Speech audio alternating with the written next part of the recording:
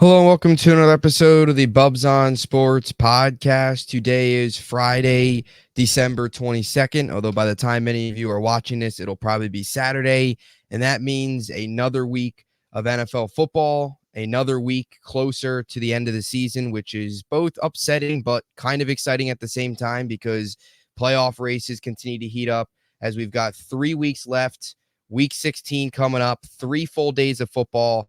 You got 2 games on Saturday, along with a full slate on Sunday, and then obviously the 3 Christmas Day games. So we have a lot to break down. As always, joining me is DiMari Cooley. DiMari, thanks for coming on. How's it going, man? I'm good. Like you just said, football is kind of flying by. We only got a few weeks left, so we're getting to that point where it's almost nothing on TV. But Yeah, good football so far. yeah, definitely. It's bittersweet this point of the year, but definitely something to look out for over these next couple weeks is all the playoff races, and we have a lot of them. A lot of teams in both the AFC and NFC vying for the final spots, along with the top spot in both conferences are still up for grabs. And last week there were some shakeups at the top of the AFC, top of the NFC, specifically in the top of the AFC with some losses there to teams at the top. So we'll break it all down in today's episode. Before we get into the nitty gritty and get into each matchup and our biggest games to look out for this weekend, just what are your overall thoughts going into this weekend on some of the games on this slate?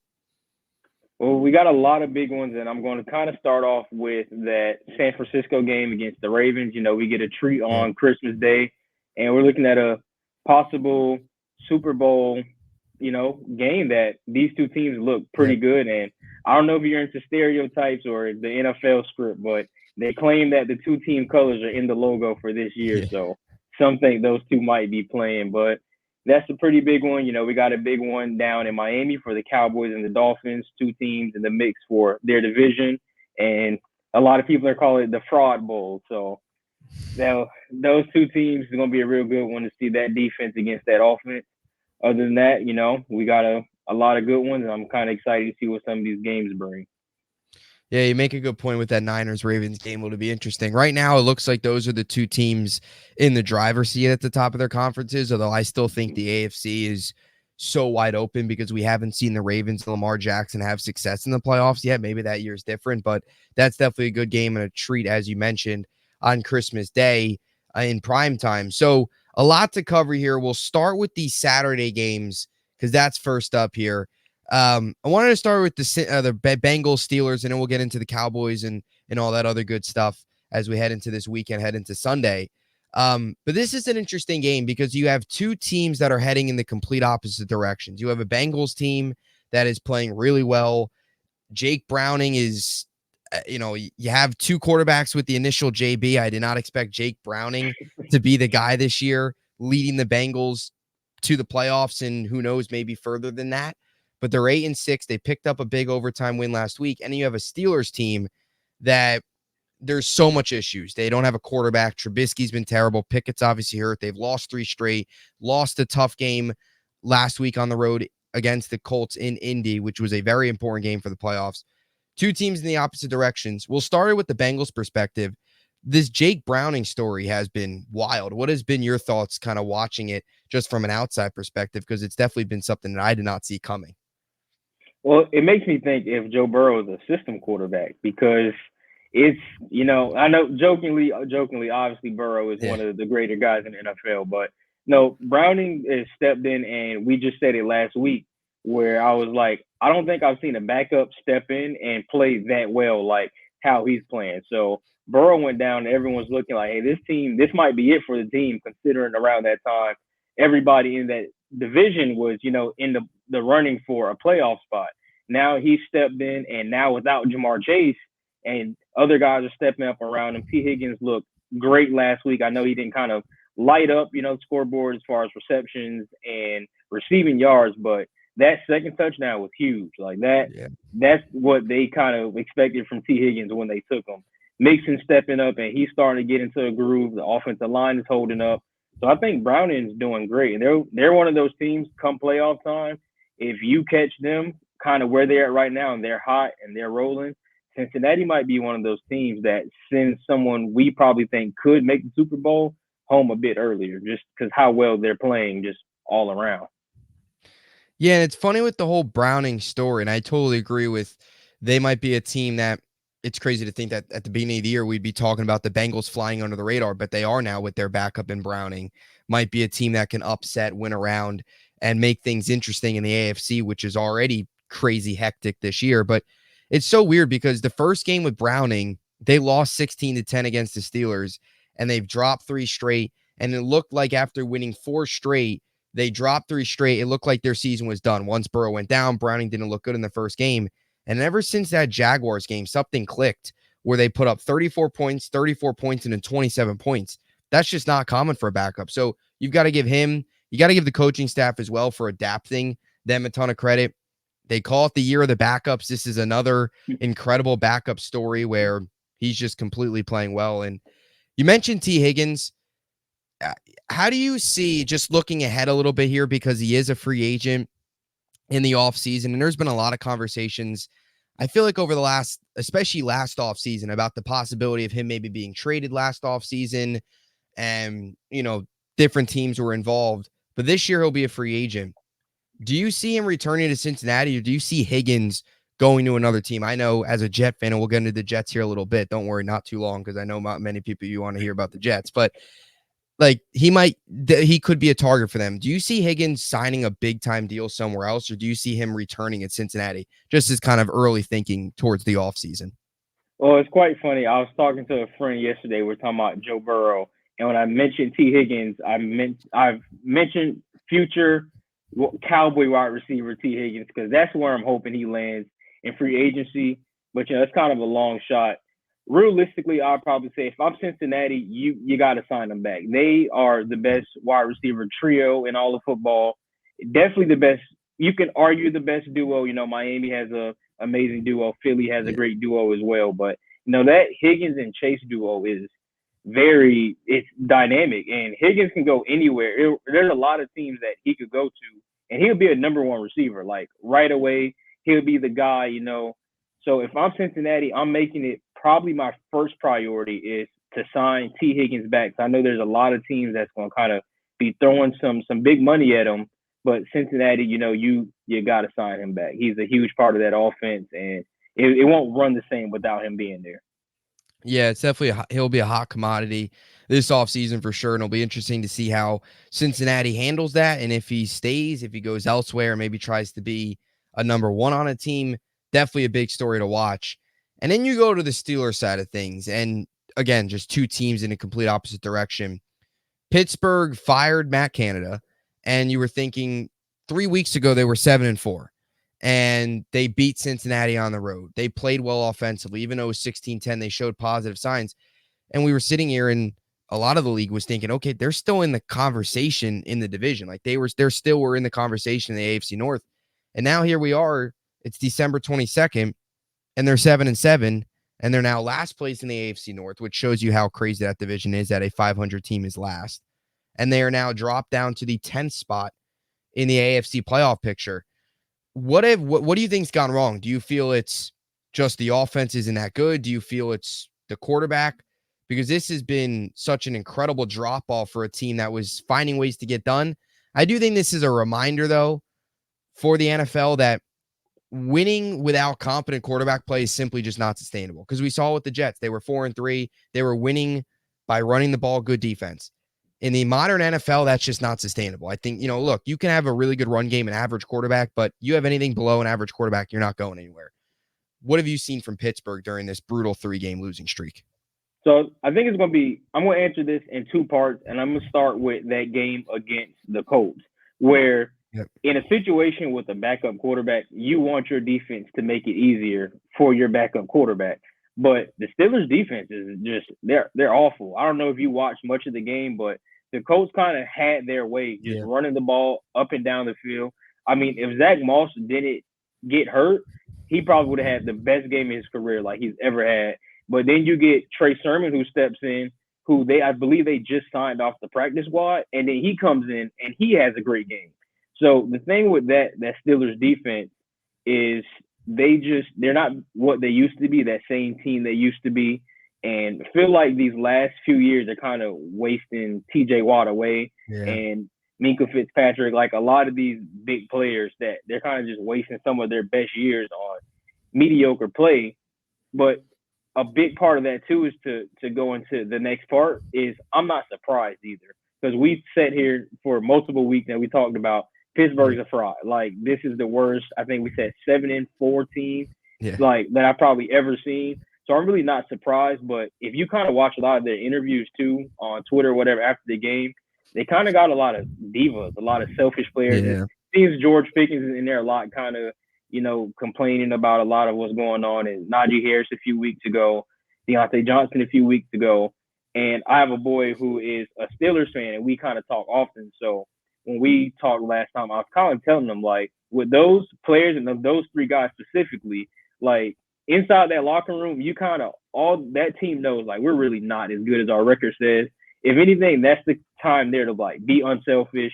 Let's play some great team ball, make it easier on our backup quarterback. But now it's like you're interviewing these guys or even watching a play like the George Pickens play where they kind of, it seems like they don't care to win. It's more about how are my stats going to look at the end of the game. And that's the problem. And it's quite surprising because a Mike Tomlin coach team has never been like that. Like as long as I've been watching football, this team is separated. Nobody in there really has each other's back like they should for a team in the playoff mix. Yeah, you're spot on 100%. And I totally agree with your point, too, about George Pickens and Najee Harris and those guys. And, like, Pickens, you're seeing clips of him just giving up on plays where he's not blocking. He's kind of just giving up. He's doing his own thing. And it just seems like they're 53-man roster, and they're all just 53 separate. They're not together. They're not an actual team. And that is concerning from a coaching point because you mentioned Mike Tomlin. This has never happened with his teams where they seem separate. It's always been a close group. They're always playing for each other. They're always playing together. And that's not been the case. And look, I'm not Mike Tomlin's a great coach. He's had an excellent career. But I don't know. I want to ask your question or ask your opinion on this here before we get into our game picks. Like losing 2 games at home in December to the Arizona Cardinals and the New England Patriots is got to be a little it's got to be concerning if you're a Steeler fan that maybe his message isn't quite getting through anymore because losing those 2 games in an environment like that to the Cardinals and the Patriots is just beyond pathetic. Do you think Tomlin's seat is hot at all, or do you think he'll survive and what he's done as a coach, his whole resume will take over rather than just this one kind of 3-game skid here? Yeah, I think that resume definitely will help him out. And I know, like you said, it's that stretch of the Cardinals and the Patriots, like that was tough. But Pittsburgh kind of knows what Tomlin brings, and they would just be idiots to get rid of him. Like he will go anywhere and kind of change that team and that culture around wherever he goes. And I think there's a few factors that are might put into like why he's going to stay. A lot of the thing, like I said, you're playing with a bunch of, selfish players at the moment. And then the whole thing with Matt Canada and the offense, how he's running. Again, the defense isn't that good. So I feel like he's safe. But then again, I'm kind of thinking, like, looking outside from in, you're kind of like, well, you lose to the Cardinals. You lose to the Patriots. You were second place in the division, I believe, and now you're last place and you've just lost 3 in a row. And any other coach in the NFL instantly, like, that's, you're losing your job. Your seat is hot. But I just feel as much as he brings to Pittsburgh and everything kind of factoring in the situation, you can't get rid of him after this year. That would be a bonehead move. Yeah, I'd be surprised if they get rid of him too, but it'll definitely be something to watch here. And I know some Jets fans have brought up the point that if he gets fired, would they bring him in? Look, I'd be all for it, but I don't see the Jets moving on from anybody. Either way here, Bengals, Steelers, it is a Steeler home game, their final home game of the year. Cincinnati 3-point favorites. I'm going to take the Bengals. We discussed it here for a while. The Bengals are playing really well while the Steelers are not. I'll take Cincy. What's your pick? I'm going Cincy as well.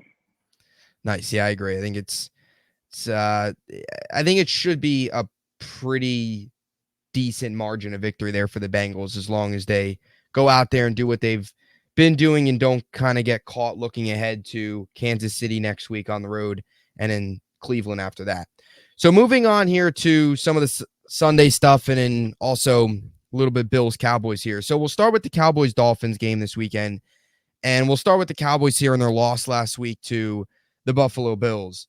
What was your takeaways from that loss? Are you concerned at all? And how does Dallas bounce back here? And then as well, from a Bills perspective, what did you see out of them? And is this the start of something for Buffalo?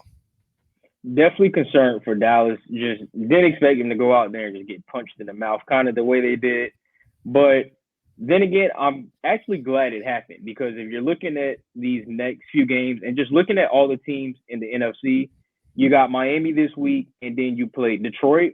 And the NFC picture in general, you get Detroit, maybe you play them again, and you'll get Philly once again, and you get San Fran. Yep. Like, those are three teams that run the ball very well. So I think it's better for Dallas, like, that they lost the game the way they did. So they kind of know going into the playoffs, like, we need to establish some type of run defense, because if you're going in, if they'd have went to, like, throughout this stretch and won every single game, finished 14-3 playoff time, you're like, okay, well, we're all set. We've won all our games. We won out. We're beating these teams. And now you go play a team that can ball control and that can run the ball at you and that can bully you when you're used to being the bully. It would have been a first or second round exit, kind of as usual. So Dallas needed that. As far as Buffalo, I think they also needed that too, because everyone plays harder when they play Dallas. Like, everybody knows that. Like, that's most people's Super Bowl. But for Buffalo to go out and beat Dallas with how hot they were, I think that lit something under them where they're starting to figure out, like, let's go be that team that people were predicting us to be before the season started. My only question for Buffalo is, what's going to happen when you're not running the ball as well and you have to rely on Josh Allen? Because Josh Allen is still a great player, but he said it himself. He was like, hey, I got an A on the group project and I didn't do anything. And, like, they're not going to run the ball like that every single game. So kind of what's going to happen when the run game is not going so well, and is Josh Allen going to be able to win those games for you? Are your playmakers around you going to be able to, rally together? But I feel for Buffalo, we talked about it a little earlier before we started officially recording, where looking at these next few games, like, they might sneak in. Well, there's a good chance they sneak in. Division is still open, and they might be a team also kind of like Cincy, where you don't want to play Buffalo come playoff time, because they're hot. They're starting to figure it out.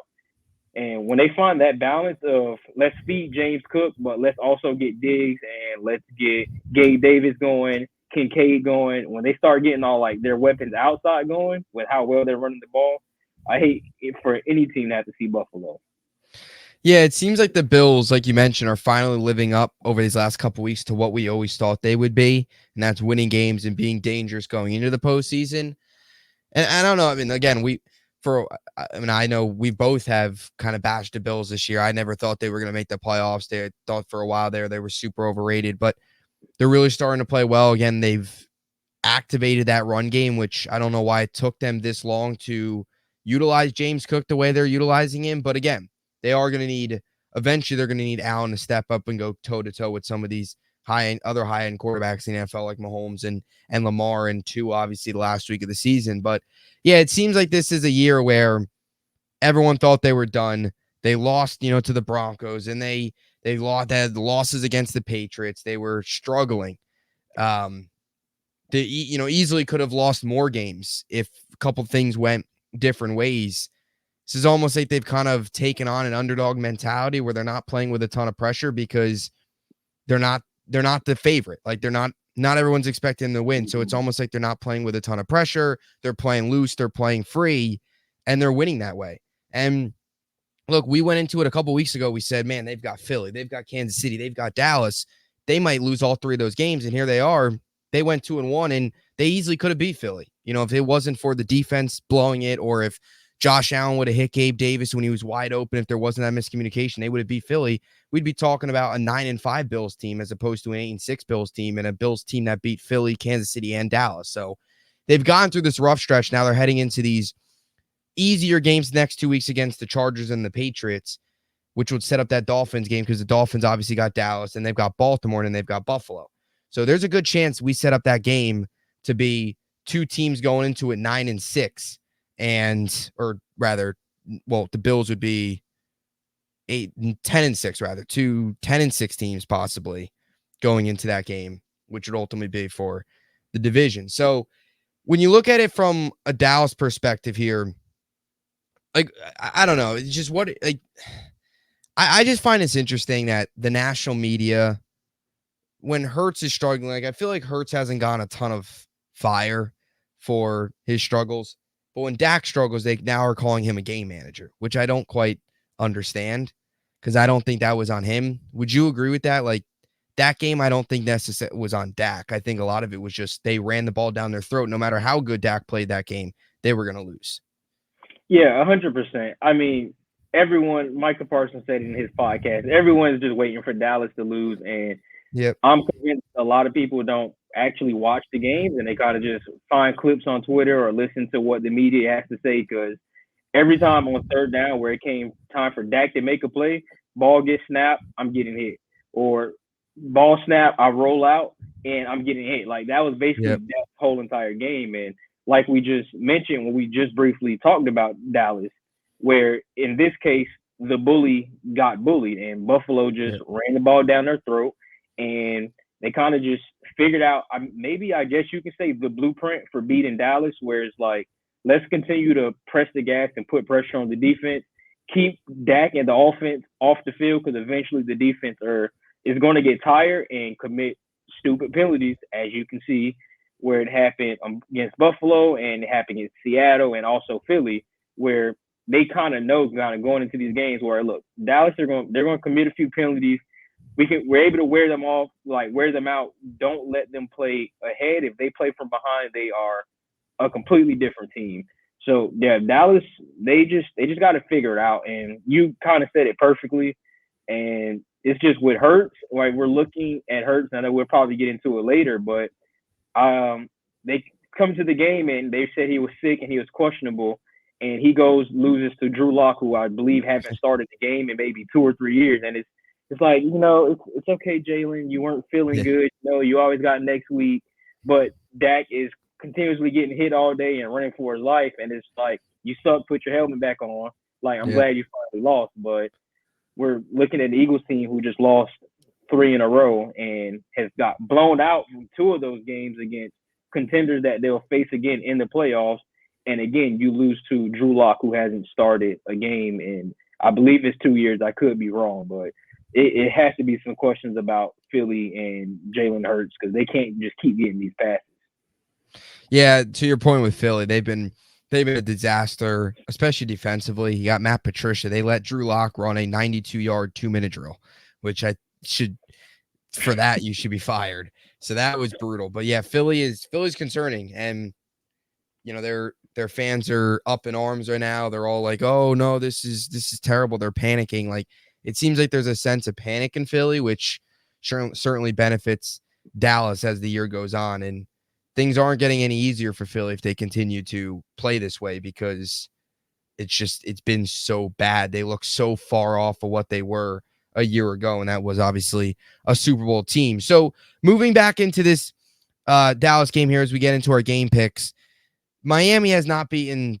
good teams this year. They're coming off a 30-0 blowout win against the Jets, which you're going to beat a team that doesn't have an offensive line. What is your pick in this game, and do you feel that Miami is ever going to beat one of these above 500 teams?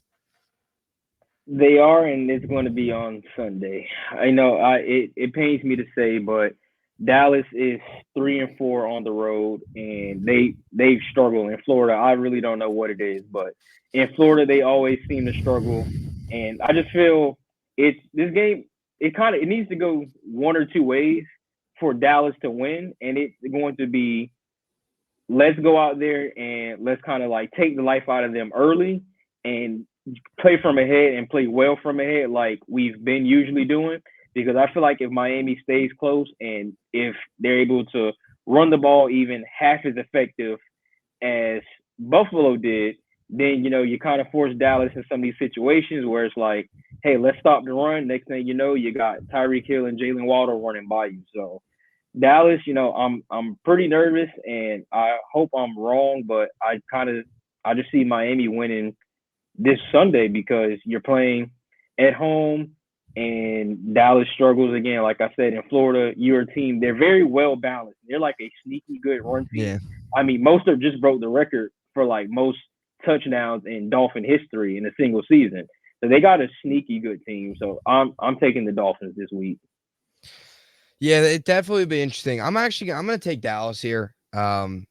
Maybe it's because I don't like Miami and they crushed us last week, so I'd like to see them get put in their place a little bit. I'd also like to see it because I'm all for the drama at the top of the AFC East with the Bills and the Dolphins. That game at the end of the year being the winner for the division, I want to see that. So with that, Miami's got to start losing some games. So I'm going to take Dallas here. A lot of it because I, again, kind of want to see Miami lose here, and I want to see a little bit of chaos at the top of the AFC East. Just for me, just for my enjoyment. But I'll take Dallas. I think they'll find a way to bounce back. I'll take them there. I mean, this season, I don't think they've yet to lose back-to-back games. Nope. They've been able to bounce back after losses. So I'll roll with that. I'll take Dallas here on the road to pick up a much needed road win, which, like you said, has been an Achilles heel for them this season.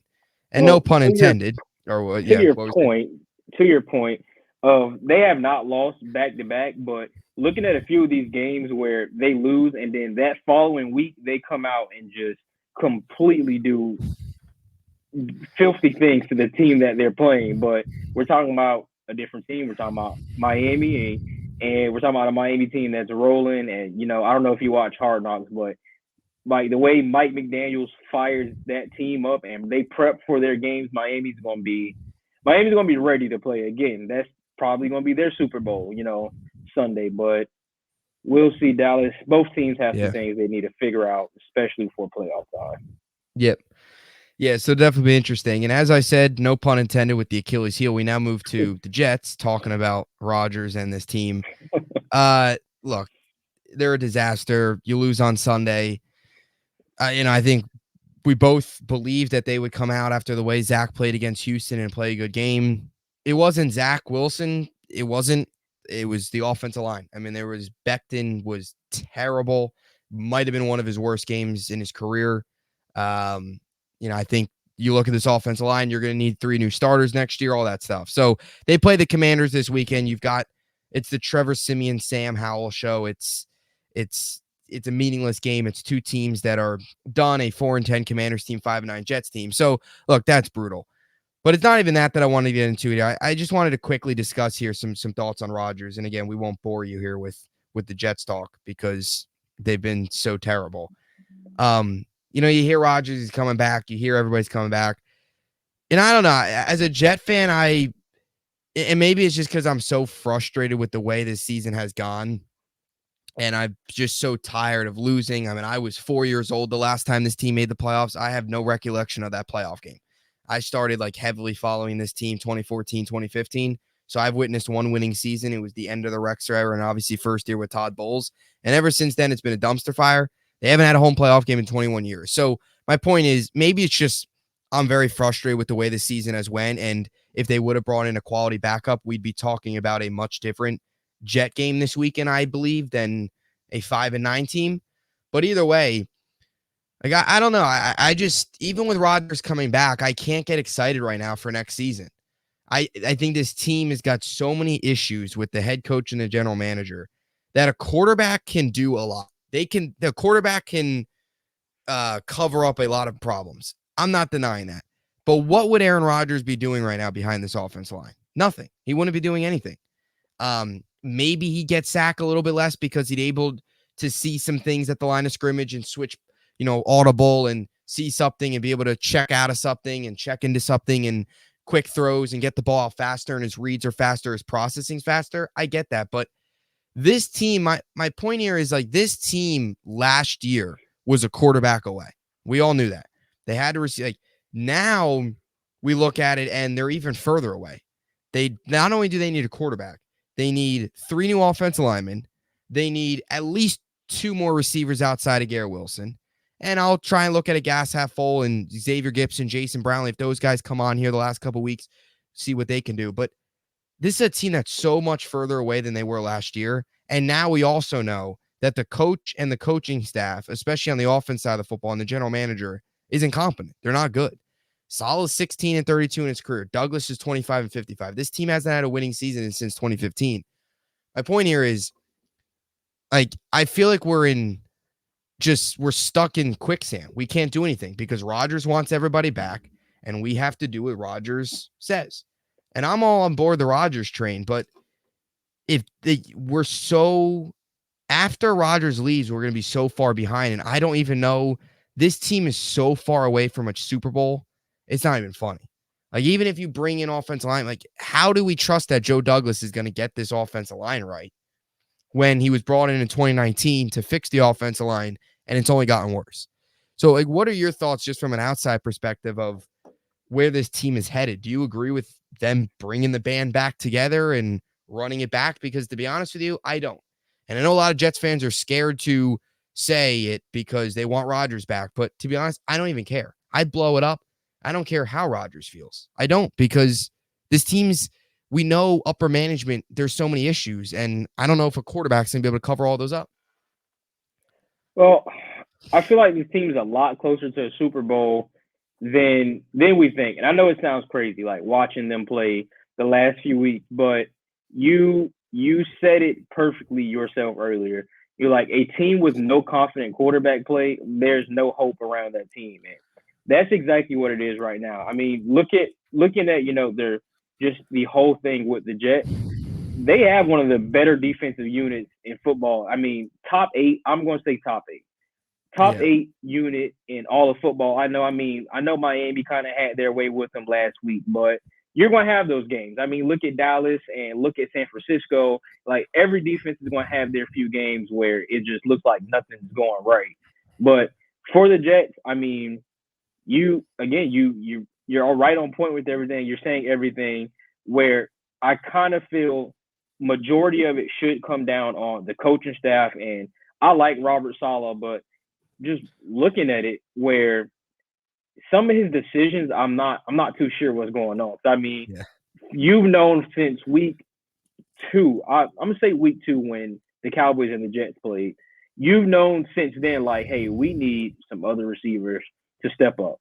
So instead of you putting Xavier Gibson and using him, and instead of using Jason Brownlee, who I believe is like 6'3" or 6'4", that Allen Lazard type receiver that they kind of want, but I believe he's obviously more athletic than Allen Lazard.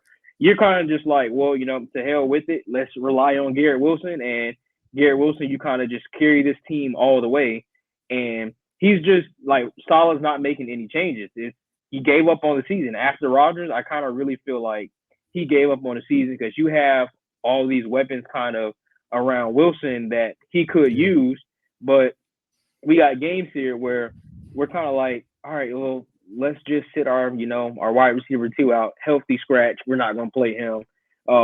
Let's get rid of Hartman. We're not going to use, this speed guy that literally every single team needs, because as you can see with Miami and you can see with Dallas and San Francisco, where like these speed guys that can run these drag routes across the field and run jet sweeps and all these different type of things you need for a successful offense, they're not using it. They're kind of using Zach to be, hey, let's drop you back and let's throw the ball down the field 35 times, where like Zach's never been that type of quarterback. He's a play action, get me out the pocket and let me, make some things work that way. But again, and I believe I said it to you before, where I know the team was built for Rodgers, but they're still running the team, calling plays, preparing for these games as if Rodgers is playing. Like, they're not doing anything to Zach Wilson's strength. And even when they are, because last week against Houston, like, they used it to his best ability. But now when you're looking at Miami, where, I mean, Miami's going to watch the film. They're going to look and they're going to see everything Zach Wilson did good. And what are they going to do? Prepare for everything that he did pretty good. And again, I know I mentioned Hard Knocks a lot, but just watch the last episode preparing for the Jets game. And Mike McDaniel said it himself. It was like, hey, when this quarterback is out the pocket, he's great. He's a great thrower out the pocket, and he's gonna make plays. Let's make his day hell. Let's keep him in the pocket. Let's make him stress, and he's gonna turn the ball over. And that's exactly what you've been getting out of Zach Wilson just all year. They're just, I feel like they kind of blew it up after Rodgers went down. No confidence in Wilson whatsoever. And after the Rodgers injury, it was like, we kind of got nothing to play for. Even if we get to the playoffs somehow with Wilson, like we're not going anywhere with it. And they gave up after that whole injury. They just gave up, and they kind of never gave him a fair shot. I'm talking about Zach Wilson, of course. Never gave him a fair shot to begin with, and you can tell with how they kind of don't do anything to help around him, to build around him. No trades during the trade deadline. There's a lot of receivers still out there. Jarvis, I'm gonna just throw Jarvis Landry out there, for example. You got a lot of receivers out there that can still play, and that could be a immediate impact on this team. But I mean, the Jets have kind of been in their like best Jerry Jones mindset of like, hey, we like our guys. Well, your guys aren't good enough, and they haven't been good enough all year. So until they kind of, change some things up, and I know, like you said, what Rodgers says goes, but it got to get to the point where it's just like, Rodgers, we hear you, but we're right now the division is more open than it's ever been, if no disrespect. But the Miami Dolphins are about to win the division for the first time in who knows how long. Wide open division. They got to do something and get some guys in there that's going to put that team over top where they're supposed to be, because the defense is doing their part. It all comes down to the offense and, like you said, the coaching staff as well. Yeah, totally. And just like you nailed it on the head. Like the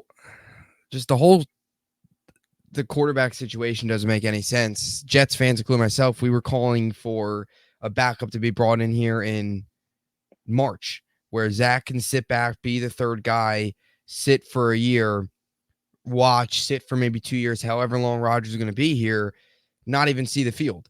And that was the whole point. And then 4 plays in, he's there. And even after that game, they should have brought somebody else in. Okay, fine. You didn't bring Zach. You didn't bring a backup in March. Fine. Bring somebody else in now. There was guys available. Instead, they kind of made Trevor Siemian as the guy that to just appease the fan base. And obviously he's terrible. But even Rodgers, like, I just don't know. I know he's going to recruit and stuff, and maybe he'll get Devontae Adams and all that, but Rodgers recruited this past offseason and how that worked for him. I mean, Alan Lazard has not been good.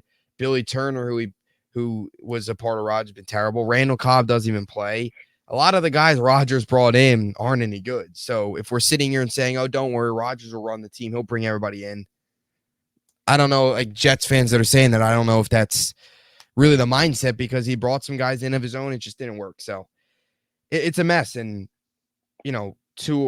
when you look at the teams around the AFC that are only getting better and are young, it's tough for the Jets. They got an aging quarterback right now coming off an injury. I don't know. I mean, next year, I'll be pumped up in training camp and all that stuff. I know that, but right now it's looking pretty bleak with how this front office has handled this team, and I don't trust anything that they do moving forward. So we'll see, but it's a tough spot for the Jets, as a year that looked so promising to start has really turned into one of the worst seasons I can remember in a long time, because the expectations. There's a lot of years as a Jet fan that you knew we were going to be bad, and when you're bad, you're not as upset because you expected it.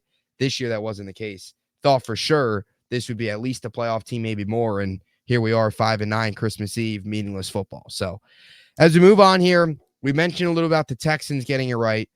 Browns-Texans game, Joe Flacco, who, by the way, I mentioned it last week.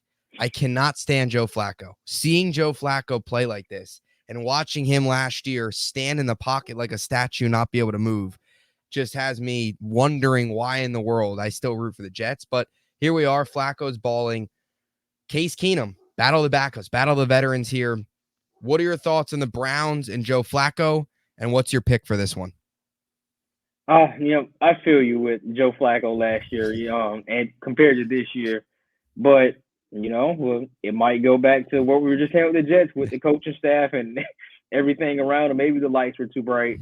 But I don't know. Flacco's been balling. Flacco is kind of crazy watching him, and just Flacco and David Njoku this week is basically the last 2 weeks has been Brady and Moss, crazy.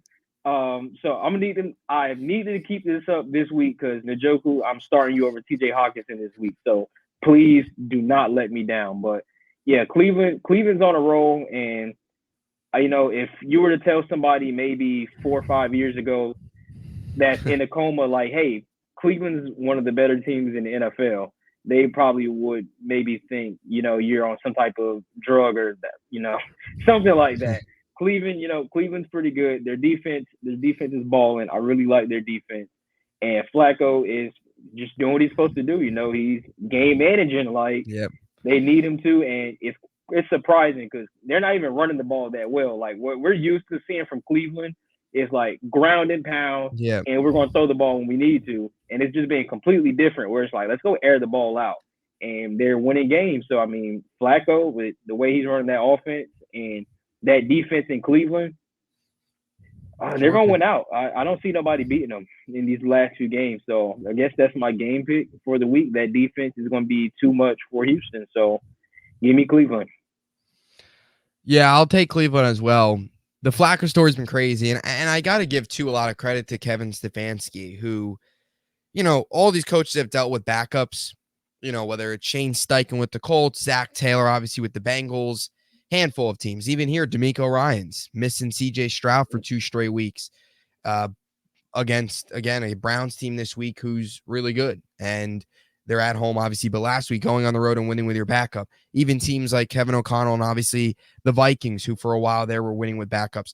Pete Carroll has had to deal with Drew Lock a little bit here as well. So plenty of teams have had to deal with backups. But Stefanski, the difference with the Browns is their starter wasn't playing that well. Watson wasn't playing well at all. So in my eyes, it's almost like Stefanski and this Browns team has been playing with a backup all year, because you can make the argument Deshaun Watson on a lot of NFL teams would be a backup behind a lot of NFL teams as starters. That's the way he was playing. So it's crazy to think losing Nick Chubb. Their quarterback who they lost wasn't even playing that well prior to that, but they lost him too. For this team to be 9-5 and be this good with a quarterback that they picked up off the side of the street is crazy. And you got to give a ton of credit to the coaching staff for finding ways to win despite all the bumps on offense that has happened this year. And it's crazy. And he's overcoming too that terrible contract with Watson, that they're finding ways. Like, it's crazy to think when the Browns got Baker Mayfield, we thought they'd be so like they were getting their answer. They found their guy. They've had some average seasons, but never did I ever think, and you talked about that 4 years ago, if you would have told me Joe Flacco and the Browns would be one of the best teams in football, I would have thought you were crazy. And here we are. They're 9-5 and they're playing like it. So I'm going to roll with the Flacco train. I don't like the Flacco train. I want to get off the Flacco train, but I guess I'll stay on for another week here. I'll take the Browns here in this one. And in another game here, two teams, it's interesting. This is a really interesting matchup because you have a Jaguars team that is reeling. Trevor Lawrence just doesn't seem to be, he's not playing like the first overall pick. There are some concerns there. And you have Baker Mayfield, who's coming off a game where he threw for a perfect passer rating. And Todd Bowles and the Tampa Bay Buccaneers, they're at 7-7. They're right in the heart of things in the NFC. And they've got a favorable schedule coming up here against 3 teams that Jaguars are struggling, and then the Saints and Panthers aren't any good. What is your preview going into this one and your pick? 2 teams that are in interesting spots. I'm not really understanding what's going on with Jacksonville. Looking at the preseason and how things ended for them last year, where you kind of went into the season and you're like, all right, Jacksonville is one of those teams. Like what Kansas City basically was the last 2 years is what many thought Jacksonville was going to be this year. If I had to pick two to 3 teams, AFC, that I thought were just going to exceed expectations and be like elite of the elite, it would have been Kansas City, Jacksonville, and Cincinnati. That was my 3 right there. But now we're talking about the Jacksonville team that is on the ropes and might not even make the playoffs, because I believe the other 2 in their division are both 8-6. And luckily for Jacksonville, if C.J. Stroud was not injured, Jacksonville will probably be sitting at the 3rd spot in their division right now. So they're kind of getting lucky, but they've just been a disappointment. I mean, they can't get nothing going, and I hate to say it, but kind of, you mentioned it earlier with Dak, but looking at Jacksonville and Trevor Lawrence, if any other quarterback in the league would have had what Trevor Lawrence has, I'm pretty sure they would probably maybe be sitting at 3 or 4 losses, because their defense isn't bad either.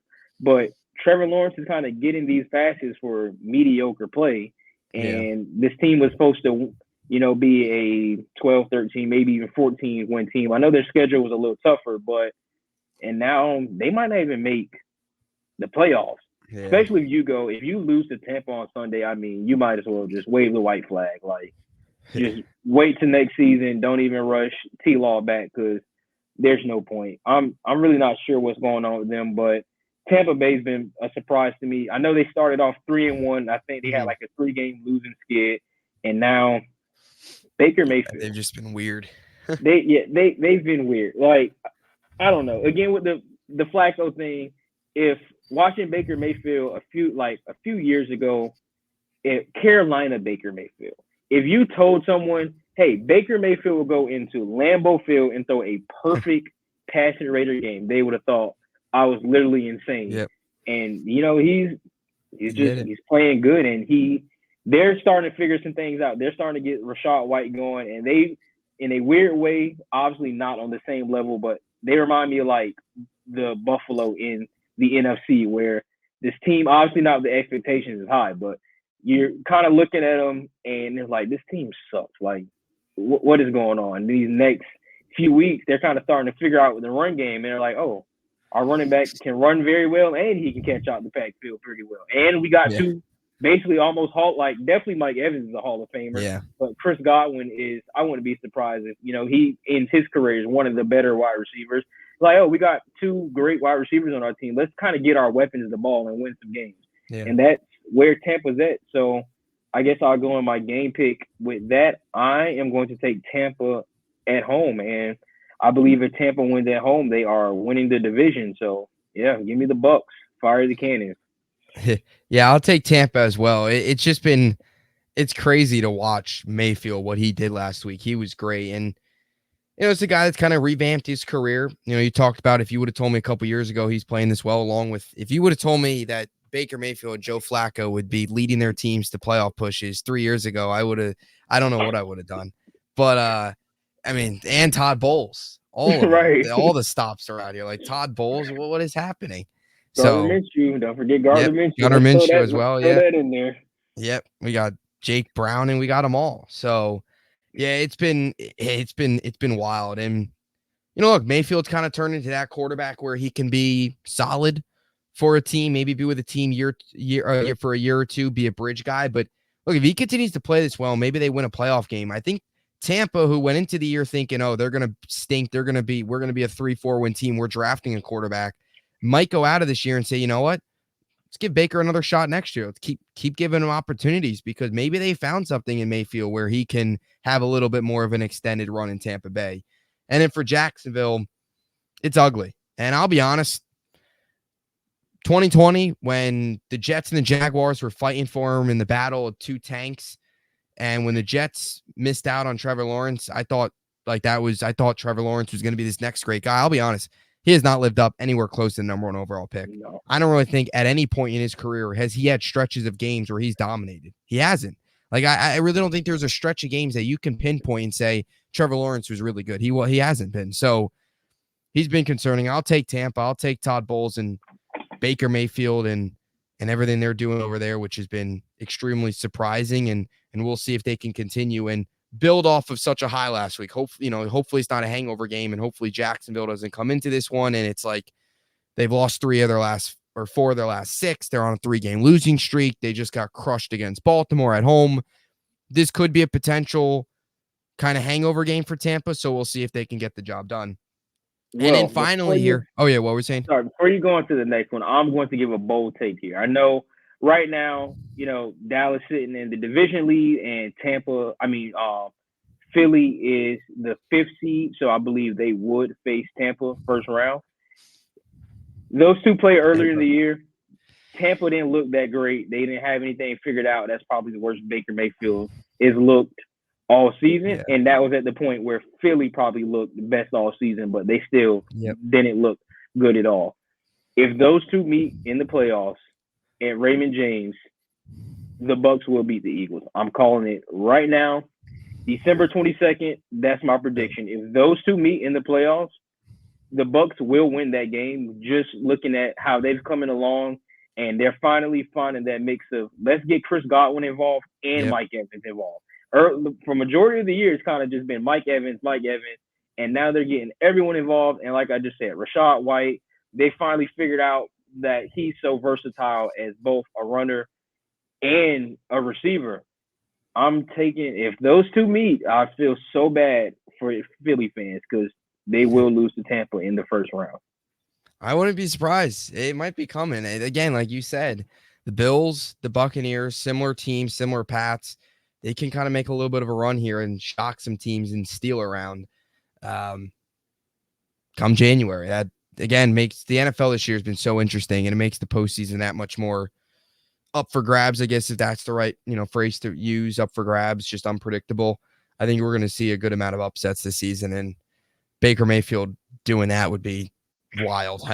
Not something any of us expected. Insane. So moving on here to the final game of our show here, that's the Niners and the Ravens. Probably, I would say, the best game of the weekend.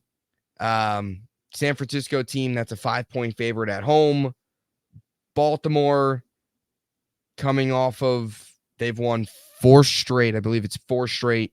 11-3.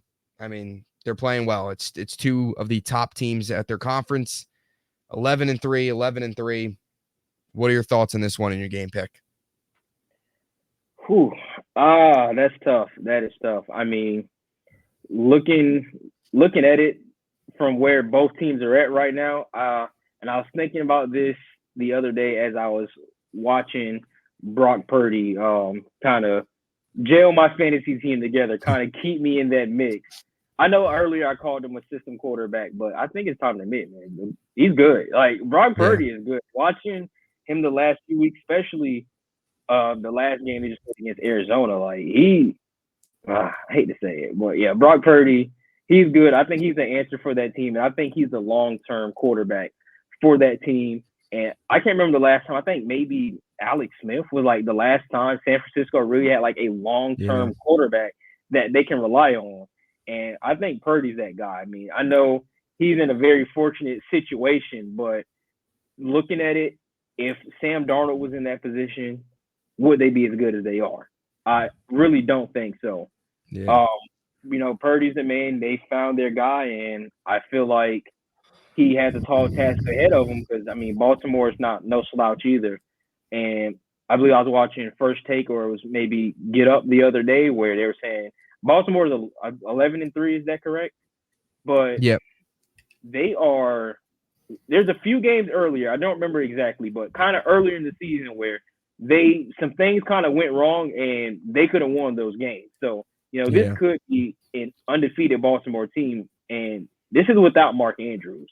Let's go ahead and add that in. So, and I believe they got a defensive starter hurt as well. I can't remember who it was exactly, but I love Lamar Jackson. I mean, he's kind of close from the hometown where I'm from, so I take no Lamar slander whatsoever. I love watching Lamar. It's been fun ever since he was at Louisville and they beat the brakes off of number 2 Florida State. Like, I've loved Lamar Jackson since that day, but I just don't think Lamar's going to have enough on Sunday. Just San Fran is a great team at home, and something about San Fran at home, they bully the bullies, and I feel that might be one of those things, and Baltimore might lose by more than 5 points. I know, as good as Baltimore has been, it's kind of hard to say, and I know I kind of contradicted because I'm like, hey, I love Lamar, but they're about to get beat by 2 touchdowns. But I just think San Fran's got too much going on. It's just they're one of those teams, they kind of play up and down to their competition, but not as much, because you look last week against Arizona and you're just like, whoa, Arizona kind of sticking around. But then they go play Dallas and they go play Philly and they take it personally. So I feel like it's going to be one of those things again for San Fran where it's like, let's go out and show the world why the NFC and the Super Bowl, like, you're probably going to have to get through us, because the 49ers, they're one of those teams. Well, they are that team. They're top dog. So, give me San Francisco this Sunday. Yeah, I agree. I'll take San Francisco as well. And something to note here when you look at the stats. So San Francisco is averaging 30.4 points per game, and they're only giving up 16.7. They're third in points per game and second in points against per game. They're outscoring teams about 14 points per game, which is just crazy when you think about it. They are just a perfect football team. They've got a really good defense and a really good offense. And I think at home, coming off of a lot of road games recently, 3 of the last 4 have come on the road. Coming back home here, they realize prime time, Christmas Day, a lot on the line here. Yes, it's a non-conference game, but it's a really big test for them. I think a lot of people, if they can knock this test out, I think they really do become the prime Super Bowl favorites if they could take advantage here and get the job done against Baltimore. So I'll take San Francisco as well. They've, I think, been hands down the best team in the NFL this season, the most complete team when you look at it from an offense and defense perspective. So I agree with you. I'll take the Niners over the Ravens at home. If it was in Baltimore, I might lean a little bit more towards the Ravens, but in their climate, in their weather, give me the Niners and Brock Purdy. So that'll pretty much do it here. A lot of really good football on this weekend. Any other closing thoughts here before we finish things up?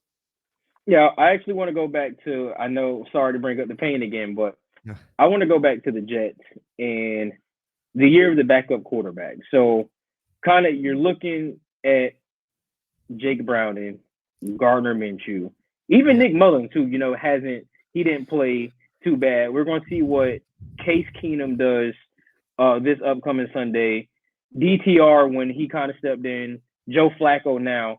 So just kind of looking around a lot of the NFL and just looking into the pot, and you're kind of just like, at least myself, what is going wrong with Zach Wilson? Because a lot of these guys are just out of nowhere and playing on short weeks or, not even getting first team reps, for majority of the year. And they're exceeding expectations. And Zach Wilson is kind of just, I don't know. So I kind of guess to my point what I'm trying to ask. I know we talked about it before with preparing for the draft and going to get a quarterback. So if you're the Jets, do you think that they should stick with maybe a 3rd, 4th, 5th round quarterback and kind of jail him behind Rodgers? Or do you think they should trade up and maybe go get a Michael Penix or somebody like that you kind of see in college, like has that it factor, sits in behind Rodgers for maybe a year, maybe 2 years if Rodgers can give you 2 years, and then become the starter? What kind of you think direction they should go as far as that?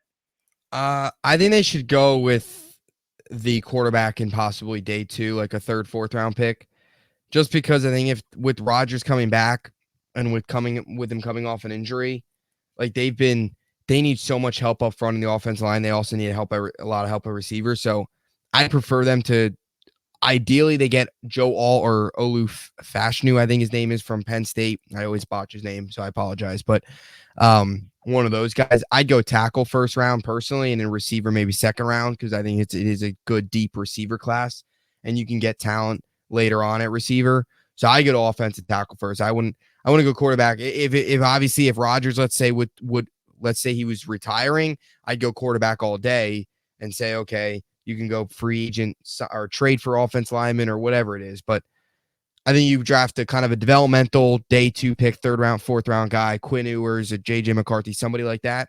And then you let them sit behind Rodgers, learn the system. And then ultimately they're maybe your guy a couple years down the road. That's what I would personally do with the Jets. But it's interesting. It's just a whole off season this year is going to be really interesting with how they want to approach it. But I'd go tackle, ideally 1st round. Probably all I think is my favorite personally is my top guy, but we'll see. I mean, it is a quarterback heavy draft. So if the Jets finish with the 6th, 7th pick, there's a good chance 3 to 4 quarterbacks go within the top 6. So that'll cause some, and then Marvin Harrison's going up there, so that'll cause all or one of those guys to drop. So I feel confident one of them will get there, and I think you go out and draft a developmental quarterback later on. That's what I would do personally, but it's interesting, certainly. So, any other thoughts? No, I think that's it. Good football this week. A lot of good football this week. So let's not hype our teams up this week like we did last week, and let's close it out. Yep, definitely. No doubt about that. We'll see how this weekend plays out, but a lot of really good games on and a lot to look forward to. We'll see you back here next week. Enjoy the weekend of football, 3 full days. Enjoy it, because soon it's going to be postseason time. And that'll do it for an episode. Thanks for watching, and we'll see you in the next one.